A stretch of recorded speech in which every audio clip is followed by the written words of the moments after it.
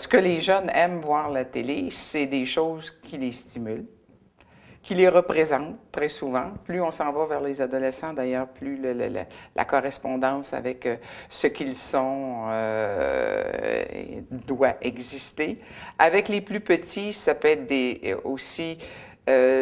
l'identification est importante, mais la ressemblance ou le portrait de la façon de parler est moins importante.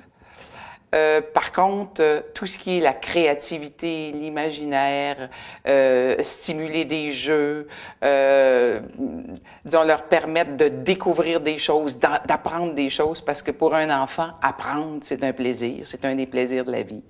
Alors, tout ça, ça fait partie de ce que les jeunes aiment voir à la télé. Les personnages qu'on crée, et c'est peut-être pas surprenant que la télévision qu'on dit live action, là, je vais utiliser le terme anglais parce que je trouve le terme en français, en tout cas, il me convient pas. Alors,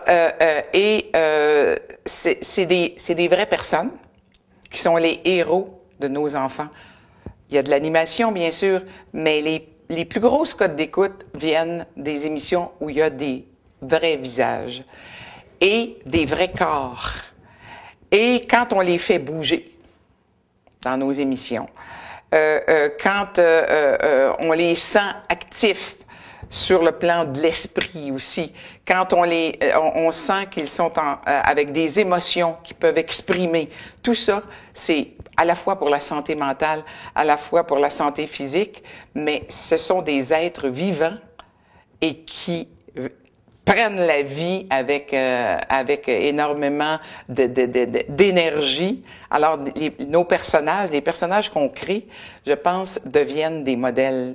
La télé, c'est le moyen culturel, c'est l'outil culturel le plus puissant qu'on a. Puis il nous appartient, c'est notre télé. Puis ça donne que les enfants d'ici fréquentent énormément les émissions d'ici. Alors, c'est stimulant pour des producteurs et des concepteurs de créer des choses qui leur conviennent et qui vont les amener un peu plus loin. Je sais qu'il y a une préoccupation, je pense, des producteurs et des concepteurs de faire bouger les enfants sur la santé physique, ça, même dans ça a de l'importance. Dans l'alimentation aussi, une valorisation, je sais qu'on l'avait comme préoccupation dans Cornemuse, on l'a dans Toc Toc Toc, la valorisation des fruits, des légumes, mais ça nous empêche pas, on n'est pas, disons, il n'y a pas de religion de l'alimentation. C'est une variété, c'est de prendre soin de soi.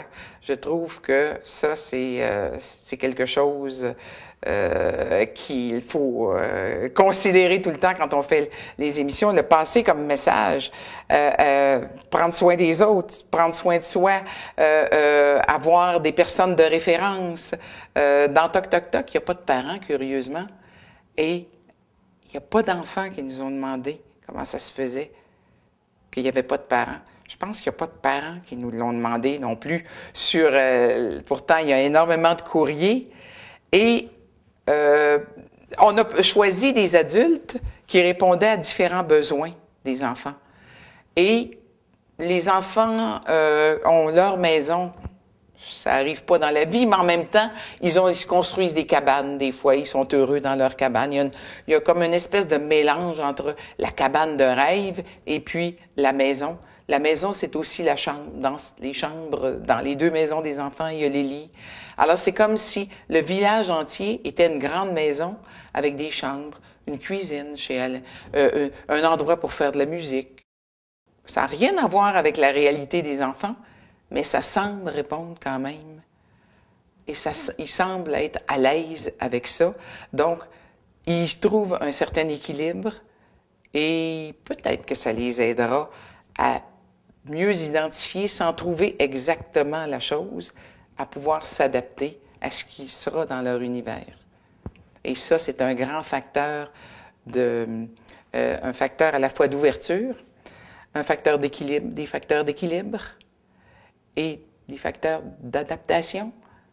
c'est des choses qui vont leur être utiles toute leur vie. Et c'est peut-être de cette façon-là qu'ils vont réussir à conserver une santé à la fois physique et mentale. Parce que c'est extrêmement important tout ça pour être en équilibre et vivre une vie saine.